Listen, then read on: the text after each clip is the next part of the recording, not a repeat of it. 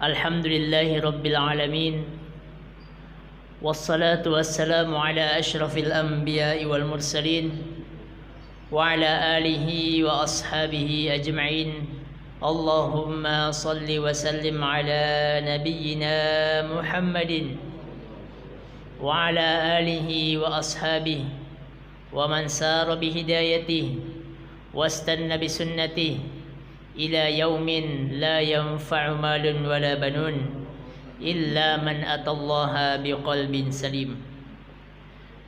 Masyarul muslimin, bapak-bapak, ibu-ibu yang insyaallah senantiasa dimuliakan oleh Allah Subhanahu wa taala. Segala puji bagi Allah. Kita senantiasa memuji Allah Subhanahu wa taala dengan ucapan tahmid kita, ucapan hamdalah kita, bahwasanya alhamdulillah, kesehatan, dengan kesempatan dan dengan taufik, dengan pertolongan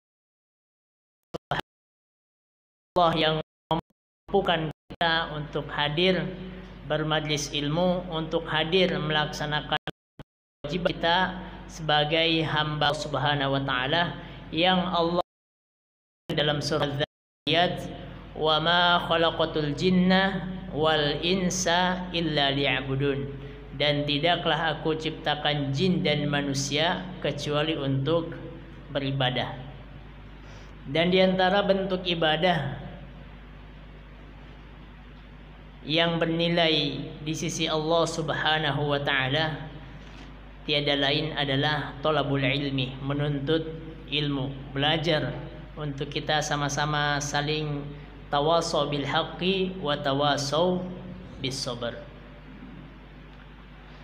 Salawat dan taslim kepada baginda Nabi kita Muhammad sallallahu alaihi wasallam, kepada para sahabatnya, kepada para pengikut-pengikutnya, dan semoga kita semua termasuk daripada pengikut baginda sallallahu alaihi wasallam, yang dimana pesan Nabi, akfiru minas salati wassalami alayya, perbanyaklah salawat, perbanyaklah taslim kepadaku. Allahumma salli wa sallim ala sayyidina Muhammadin wa ala ali sayyidina Muhammadin.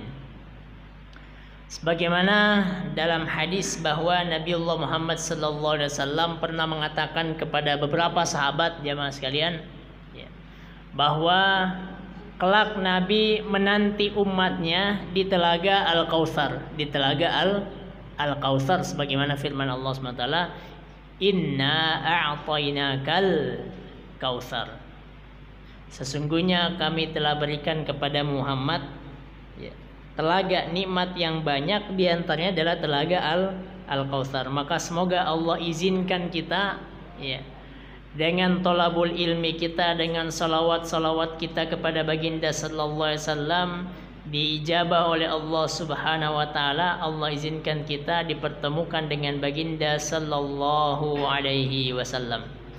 Bapak-bapak, ibu-ibu yang dimuliakan oleh Allah Subhanahu wa taala, semoga kita semua yang hadir di tempat ini Allah mudahkan segala urusan-urusannya, Allah berkahi usianya, Allah mudahkan segala hajat-hajatnya, Allah kabulkan segala keperluan-keperluannya, hajat-hajatnya dijabah oleh Allah Subhanahu wa taala. Amin amin ya rabbal alamin.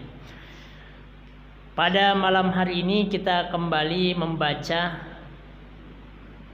pembahasan dalam kitab ringkas nan padat yang merupakan kitab dasar dalam fikih madhab al-Imam Syafi'i, yaitu Madan Abu Syuja' yang ditulis oleh Al-Qadhi Abu Syuja', dan kita sudah masuk pada pembahasan akhir dalam Kitabut Thaharah, kitab tentang bersuci.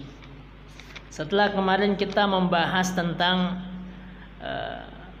hewan-hewan, wal hayawanu kulluhu tahir, semua hewan adalah suci, illal kalba wal khinzir, kecuali anjing ataupun babi, wa ma tawallada minhuma aw min ahadima, atau keturunan keduanya. Maka selain daripada hewan ini, dua hewan ini dalam madzhab Syafi'i semuanya suci. Walaupun terjadi khilaf di antara mazhab lain, Al-Imam Malik mengatakan bahwa anjing itu adalah juga termasuk daripada hewan yang suci. Ya. Namun mereka sepakat bahwa yang najis itu adalah babi. Jamaah sekalian, kita masuk pada pembahasan berikutnya. Setelah Al-Imam Abu Syuja membahas tentang najasah, najis, dan juga hewan-hewan, maka beliau membahas tentang pokok pembahasan tentang wanita. Ya, dan ini juga menjadi kewajiban kita selaku orang tua untuk kita sampaikan kepada anak perempuan kita, kita sampaikan kepada suami, kita sampaikan kepada istri-istri kita berkaitan dengan pembahasan terakhir dalam Kitabut Thaharah sebelum kita masuk pada Kitabus Shalah, pembahasan tentang salat. Berkata Abu Syuja', Bismillahirrahmanirrahim, berkata penulis dalam kitabnya, faslun, fasal, pembahasan.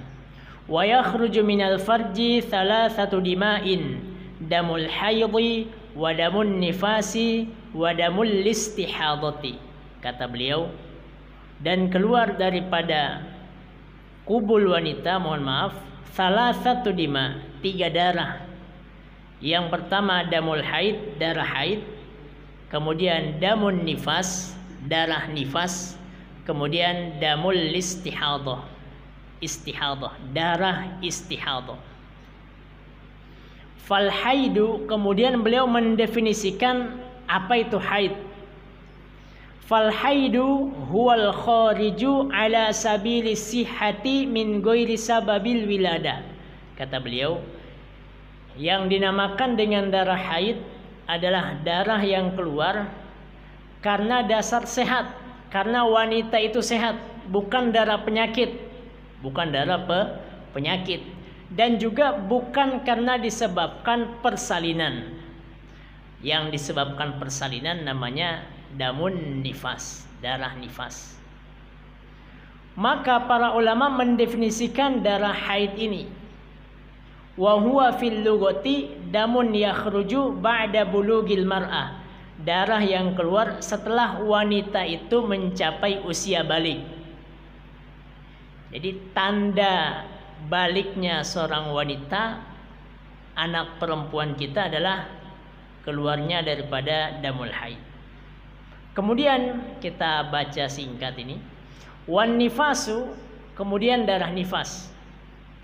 Wa huwal khariju uqaibal wiladah, darah yang keluar setelah persalinan, setelah proses persalinan.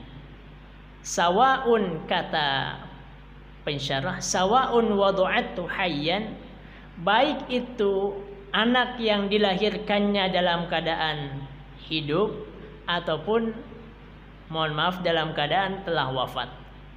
Kamilan au kana nakison, penciptaannya sempurna ataupun sebaliknya.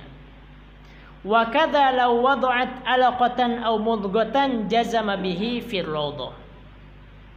Yang ketiga, jadi yang kedua adalah darah apa? Darah nifas. Yang ketiga wal istihadah, darah istihadah bagi wanita. Apa itu? Kata beliau, huwal khariju fi ghairi ayyamil haidhi wan nifas, adalah darah yang keluar selain daripada hari-hari haid ataupun selain daripada hari nifas. Kemudian beliau melanjutkan, fase haid ataupun fase nifas.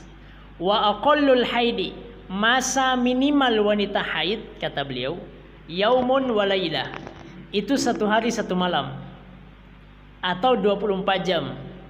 Artinya bahwa jikalau ada seorang wanita keluar darah kurang daripada 1 hari 1 malam 24 jam, artinya selesai keluar, maka bukan darah haid.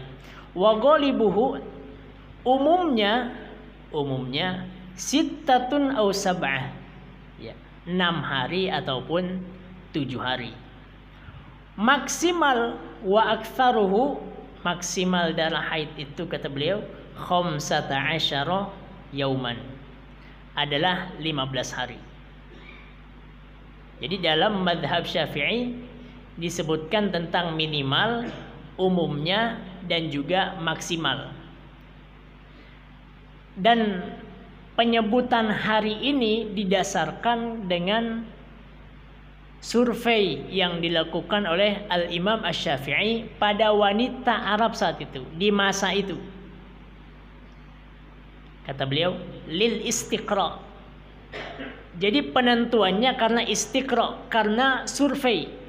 Jadi diambil survei, ya, ditanyakan beberapa wanita pada masa Al-Imam Syafi'i dan dihasilkanlah angka ini. Dihasilkanlah angka ini. Wa ghalibuhu, umumnya rata-rata yang ditanyakan oleh Imam Syafi'i saat itu adalah 6 hari ataupun 7 hari. 6 hari ataupun 7 hari. Maksimalnya 15 hari. Artinya bahwa jikalau ada darah keluar setelah 15 hari, maka tidak dihukumi lagi darah haid, tetapi darah istihadah. Karena berbeda antara wanita yang sedang haid ataupun yang sedang istihadah. Kita lanjut. Kemudian nifas. Wa aqallun nifas lahdhah. Masa minimal nifas, kata beliau, itu lahdhah, sejenak. Dan ini berbeda antara wanita dengan wanita yang satu dengan wanita yang lainnya, tentu berbeda. Dan sekali lagi, penentuan masa ini, waktu ini didasarkan atas dasar survei yang dilakukan oleh Al-Imamu Asy-Syafi'i pada masanya. Wa aktsaruhu, maksimal masa haid, kata beliau, itu 60 hari, situna yauman. Umumnya wa ghalibuhu arba'una yauman, 40 hari. Jadi kita ulangi, aqallun nifas, nifas, minimal nifas itu sejenak saja, lahdhah, keluar darah sejenak kemudian berhenti saat itu. Maksimal adalah 60 hari dan umumnya terjadi pada wanita-wanita itu adalah 40 hari. Kembali lagi, dari mana Al-Imam Syafi'i ataupun mazhab Syafi'i menentukan 60 hari? Sekali lagi, tadi dikatakan di sini lil istiqra, ini atas dasar survei. Atas dasar survei. Sebagaimana Al-Imam Al-Auza'i dalam kitab ini disebutkan bahwa indana imratun taron nifasa syahrain. Ya. Di masa kami ada wanita yang darah nifasnya sampai 2 bulan atau setara dengan 60 hari. Ya. Begitupun dengan Rabi'ah. Rabi'ah ini guru daripada Imam Malik. Ya. Imam Malik, ya, guru daripada Imam Syafi'i. Imam Syafi'i bertanya kepada Imam Malik, ya Malik, wahai Imam Malik. Ya.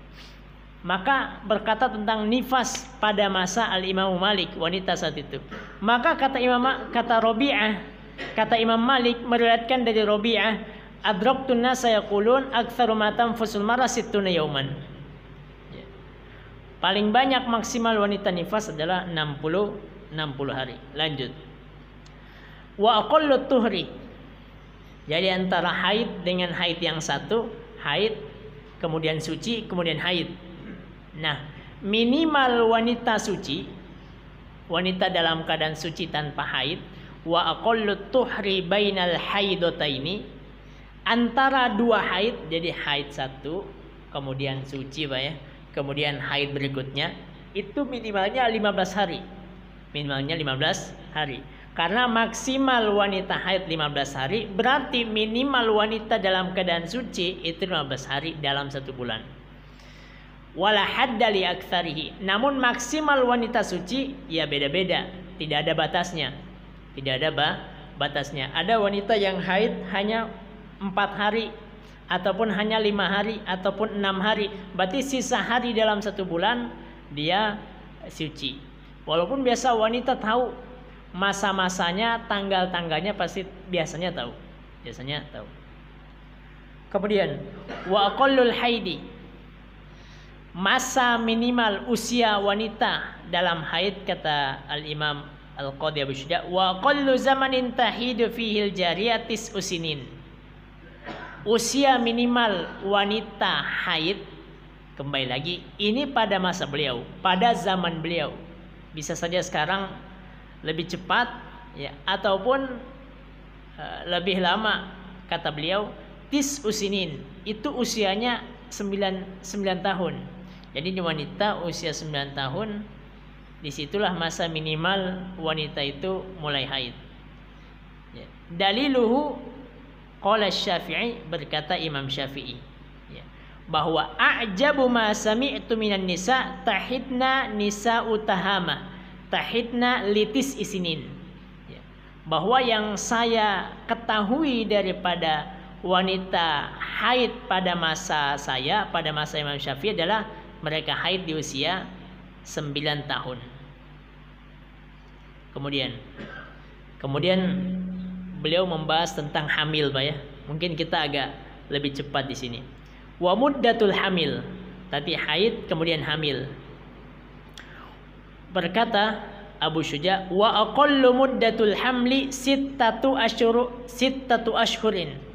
Minimal masa haid, masa hamil, ya, hamil seorang wanita, mengandung seorang wanita itu minimalnya 6 bulan.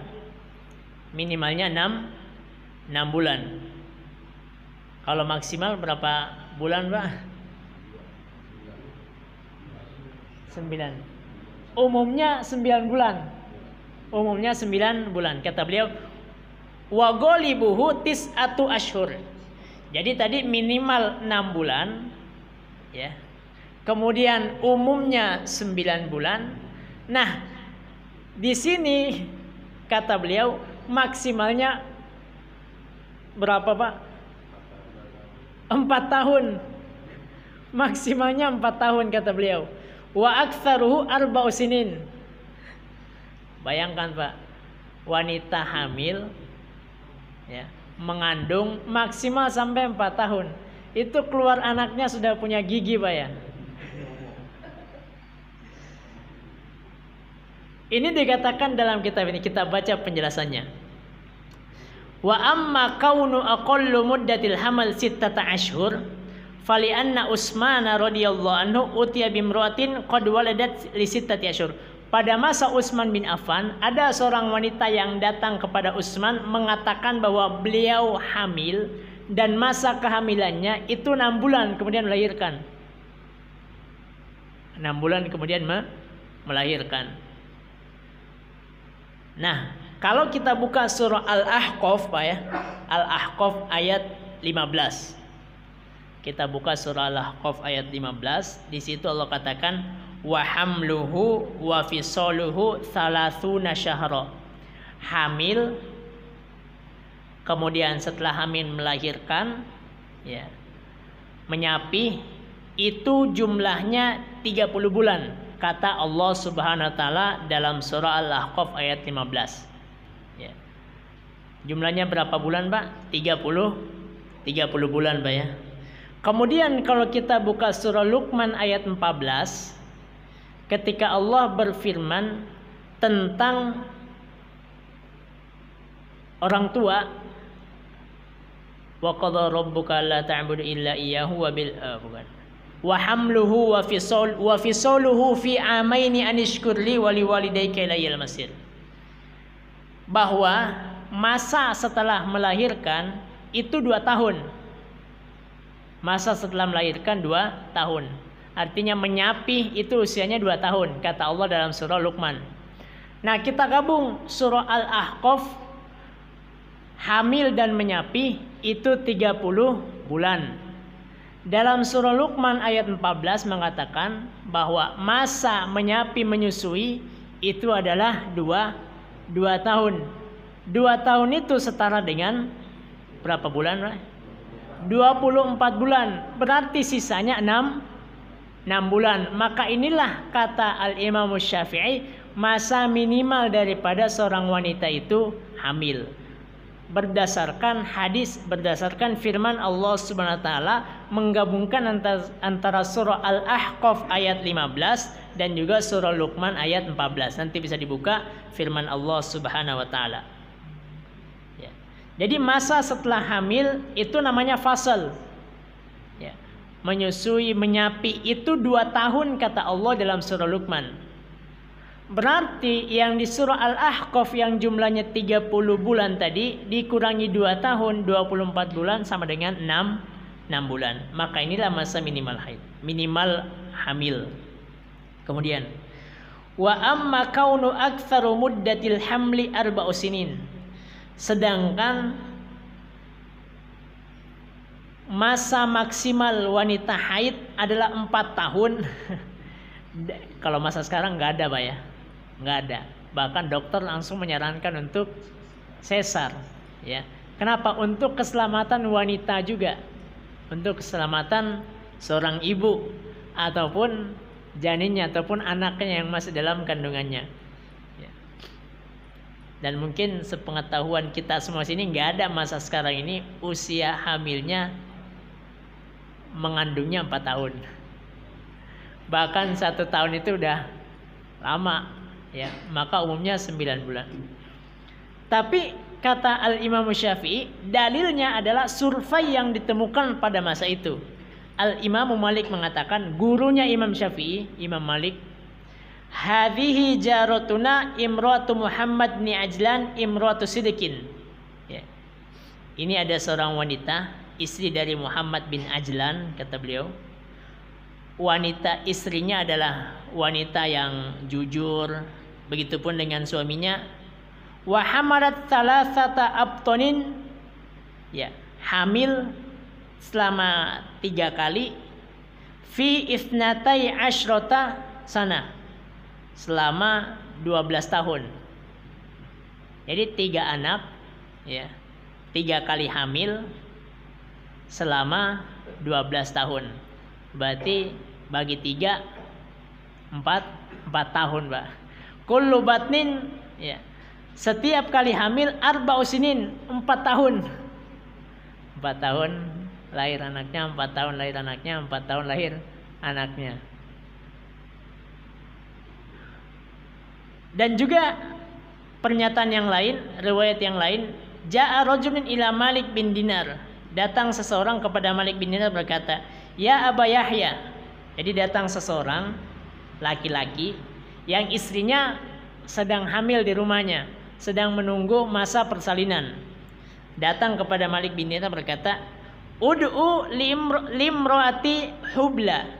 Doakan istri saya yang sedang menunggu masa persalinan. Mulzu 4 sinin, sejak 4 tahun belum keluar anaknya. Fada'alaha, maka Malik bin Dinar mendoakannya. Faja'a rajul ila rajul, maka datanglah seseorang yang lain kepada orang yang minta doa tadi untuk istrinya. Adrikim ro'atak, cepat temui istrimu. Maka pulanglah orang itu. Tsumma ja'a wa ala raqabatihi gulamun ibna 4 sinin qad istawat asnanu. Kemudian ketika orang itu datang ke rumahnya, dia ternyata mendapati sudah ada anak kecil usianya 4 tahun dan sudah sempurna giginya semua.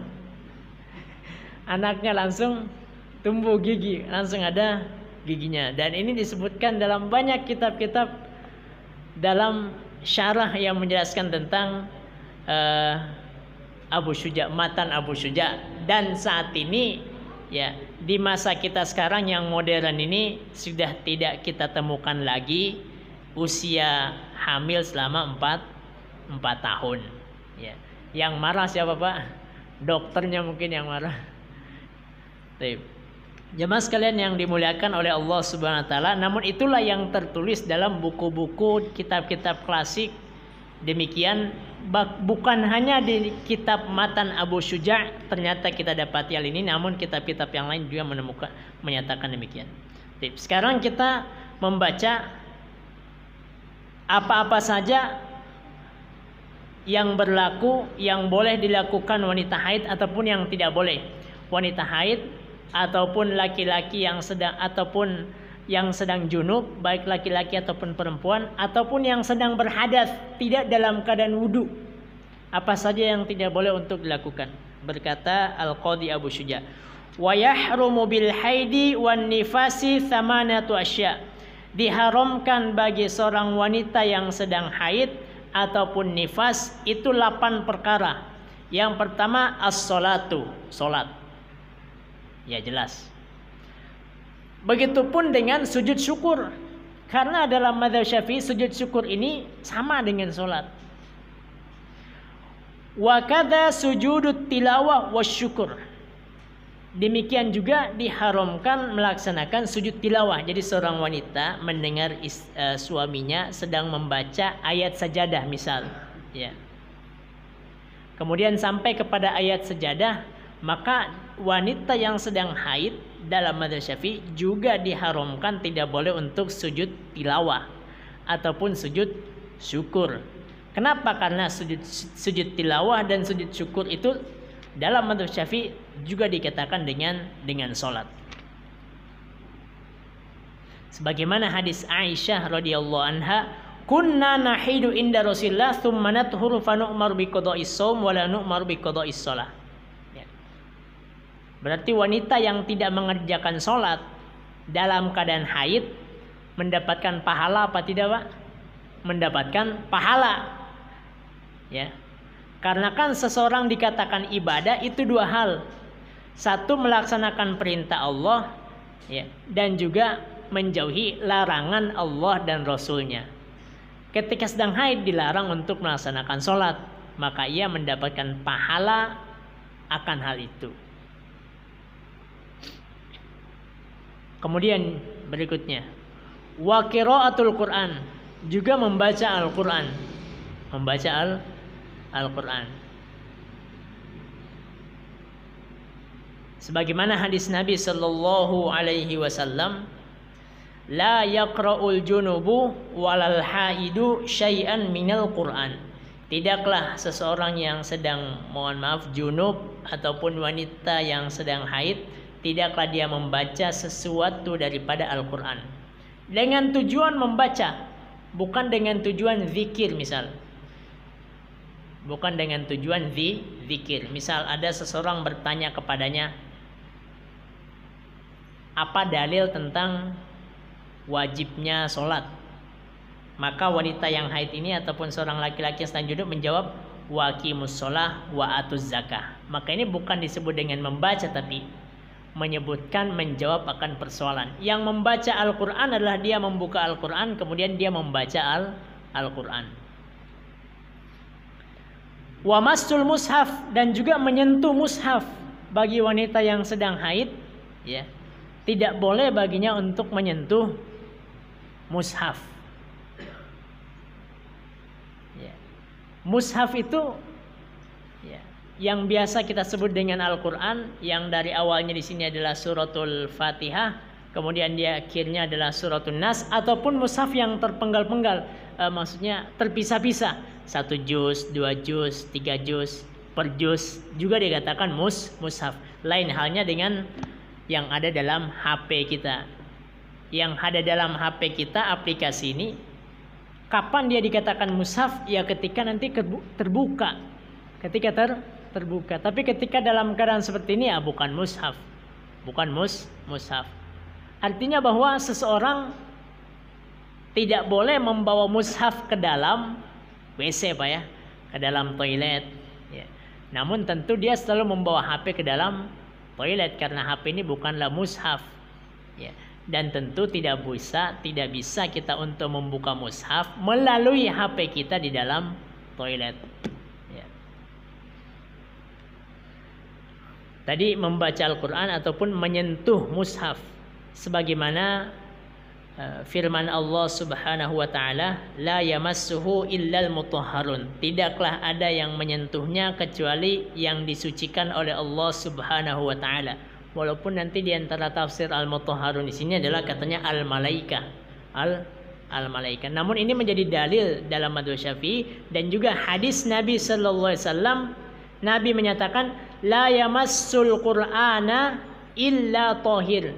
Tidaklah ada orang menyentuh Al-Quran kecuali dalam keadaan dia bersuci. Dalam keadaan dia suci. Betapa Islam sangat memuliakan yang namanya kitab suci Al-Quran. Kalau menyentuhnya saja tidak bisa, tidak boleh, maka apalagi membawanya apa ya? Membawanya. Wa idza haruma massuhu, kalau haram untuk disentuh, fahamluhu aula, maka apalagi membawanya. Menyentuh saja diharamkan menyentuh bagi wanita haid, ya, ataupun laki-laki yang sedang junub, ya, maka apalagi membawanya. Lain halnya jikalau dibawa ke dalam tas, dan yang maksud dan tujuan kita membawa tas bukan hanya semata-mata membawa mushaf, tapi ada barang lain, kemudian ada mushaf di sana. Nah, ini yang kita, illa an yakuna fi amtiatin, kecuali membawanya itu berada dibawa ke dalam suatu tempat, ya, tas, walam yaksid hamluhu bi khususihi, tapi seorang wanita ini tidak khusus, tidak bermaksud bahwa yang ingin dibawanya hanya mushaf saja, tapi ada barang lain yang dibawa. Bukan maksud dan tujuan dia membawa tas adalah untuk mengisinya dengan mushaf kemudian dibawa, tidak.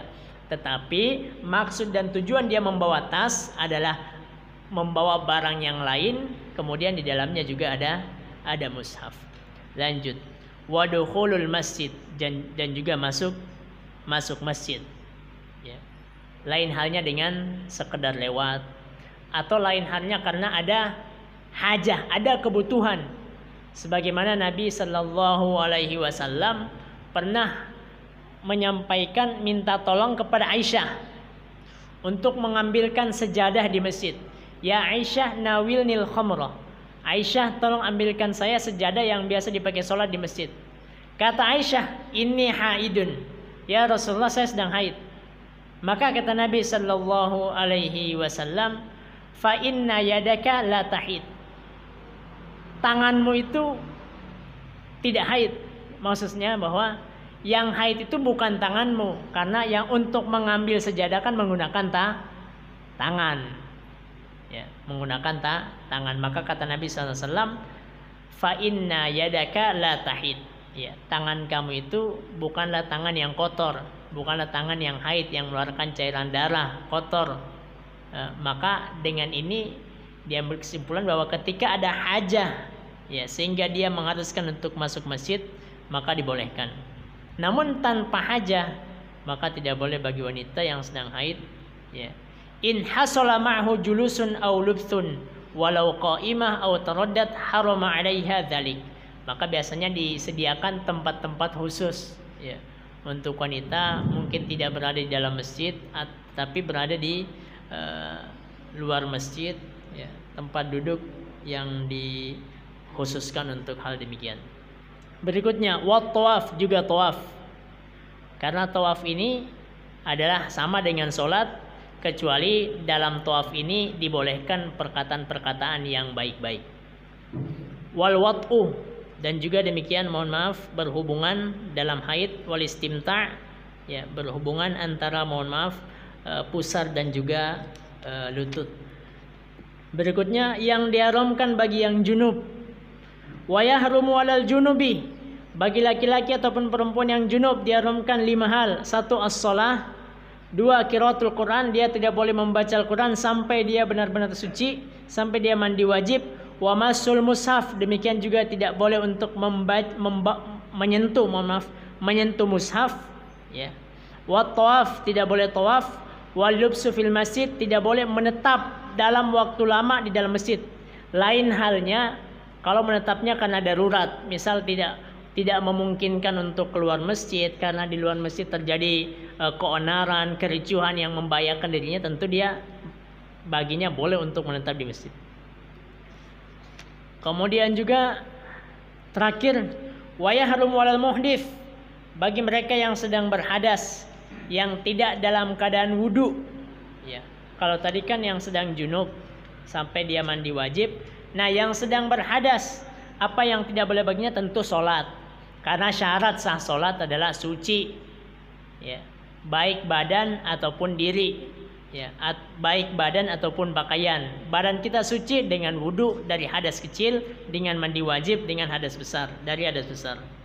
Wat tawaf, juga tawaf, karena tawaf ini kata Nabi SAW, at-tawafu bil baiti sholatun, tawaf mengelilingi Ka'bah itu sama dengan sholat.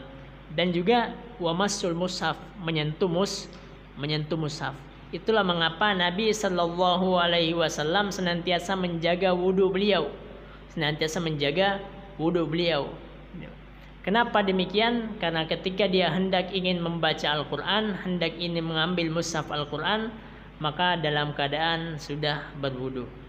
Demikian yang lain dapat kita baca, dan ini merupakan penutup daripada Kitabut Thaharah. Pada pertemuan berikutnya semoga Allah izinkan dan berikan kepada kita kesehatan semuanya. Kita masuk pada kitab yang kedua, yaitu Kitabus Shalah. Wallahu ta'ala a'lam bissawab. Jika ada hal yang perlu untuk di-sharing dari bapak-bapak sekalian, silahkan. Demikianlah, wassalamualaikum warahmatullahi wabarakatuh.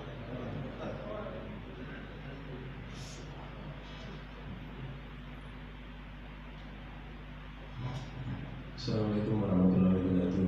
Waalaikumsalam warahmatullahi wabarakatuh. Ustaz, tadi dikatakan untuk usia tadi ada 30 bulan Ustaz ya, atau yang satunya 2 tahun menyusui.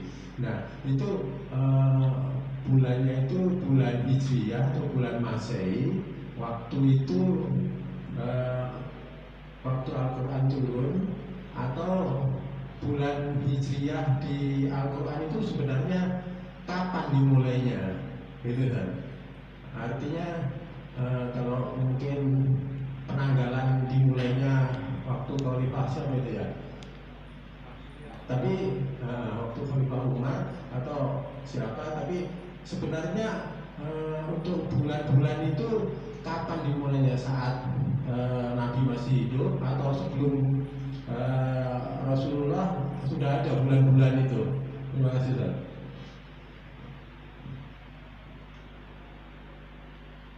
Iya. Berkaitan dengan bulan, jadi bahwa sebelum hadirnya baginda Sallallahu Alaihi Wasallam, ya diutusnya Nabi, orang-orang Arab ini sudah mengenal yang namanya bulan, ya, sudah mengenal dengan bulan. Yang belum ada itu kan adalah penentuan tahun Hijriah nanti. Itulah mengapa dulu sebelum Nabi SAW diutus, Muharram itu bukan namanya Muharram, tetapi Safarul Ula, safar yang pertama Pak ya. Safar yang pertama. Artinya bahwa bangsa Arab sudah tahu, ya, sudah menggunakan nama-nama bulan Hijriah, Muharram, Safar, Rabiul Awal. Dan ini istilahnya adalah istilah-istilah nama-nama bulan ini diambil sesuai dengan peristiwa-peristiwa yang terjadi. Misal Ramadan. Ramadan pada saat itu kenapa disebut Ramadan? Karena musim panas. Ar-Ramdha adalah waktu yang sangat panas, maka bangsa Arab mengatakan dengan Ramadan. Nah, nanti yang dijadikan patokan oleh Khalifah Umar bin Khattab, ketika Umar radhiyallahu anhu, ini banyak surat datang kepadanya. Lah ini kok banyak surat tapi nggak ada tahunnya. Maka bermusyawarah saat itu, mana patokan yang untuk kita jadikan tahun. Nah, dalam firman-firman Allah Subhanahu wa taala, hadis-hadis Nabi sallallahu alaihi wasallam berkaitan dengan tadi, ya, tentu yang dipakai adalah bulan Qamariyah, bulan Hijriyah. Dan bulan Hijriyah ini selalu menjadi patokan dalam ibadah kita, Pak. Baik itu penentuan awal masuknya bulan atau akhirnya bulan pakai Masehi apa Qamariyah, Hijriyah. Hijriyah, penentuan awal Ramadan jelas Hijriyah, ya. Kemudian tentang zakat, haul, masa 1 tahun penentuannya menggunakan bulan Hijriyah. Ataupun ibadah-ibadah yang lain, ibadah haji di bulan apa Pak? Agustus, September, Oktober. Bukan Agustus, bukan September, bukan Oktober, tapi Syawal, Zulqa'dah, Zulhijjah, bulan-bulan haji.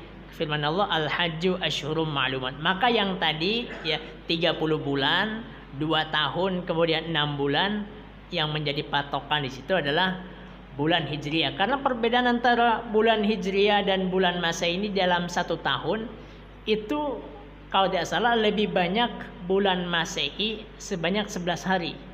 Sebanyak 11 11 hari dari selalu berkurang. Itulah mengapa bulan Ramadan makin kesini ya. Nanti bulan Ramadannya April Pak ya.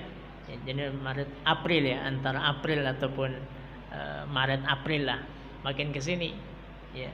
Ya demikian Pak ya. Wallahu taala alam bisawab. Ya Pak. Terkait dengan menyapi anak, apa hukum dari menyapi anak di dalam Al-Quran? Apakah itu sebuah perintah, anjuran, sunnah, atau apa? Yang kedua, jika anak itu belum bisa disapi karena mungkin masih sulit, sudah melebihi umur 2 tahun, apakah itu menjadi suatu dosa atau macam? Mungkin. Ya, jadi seorang ibu sebagaimana firman Allah Subhanahu wa taala, "Wasainal insana biwalidayhi hamalatu ummuhu wahnan 'ala wahnin wa fisaluhu fi 'amain." Jadi seorang ibu, diantara kewajiban seorang ibu adalah menyapi anaknya, ya, adalah menyapi anaknya. Karena anak ini ibadah, ya, anak ini anak ini adalah amanah dari Allah Subhanahu wa taala. Dan masa-masa emasnya ini adalah di masa awal-awalnya 1 sampai 6 tahun. Ini masa emas ya.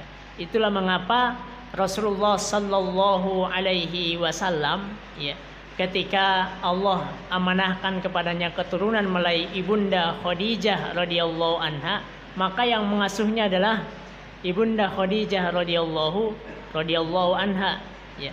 Begitupun dengan lain halnya dengan Rasulullah Sallallahu Alaihi Wasallam.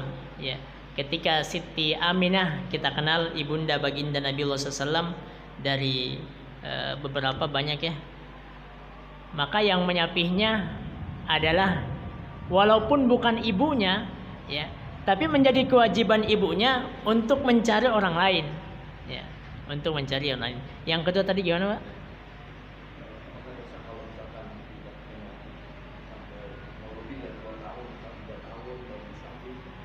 Ya bukan hal yang dosa ya, insya Allah bukan hal yang dosa. Tentu menyapi ini kan masing-masing mungkin memiliki perbedaan antara satu anak dengan anak yang lain, antara orang yang satu, antara ibu yang satu dengan ibu yang lain, ibu dengan anak yang lain, masing-masing beda.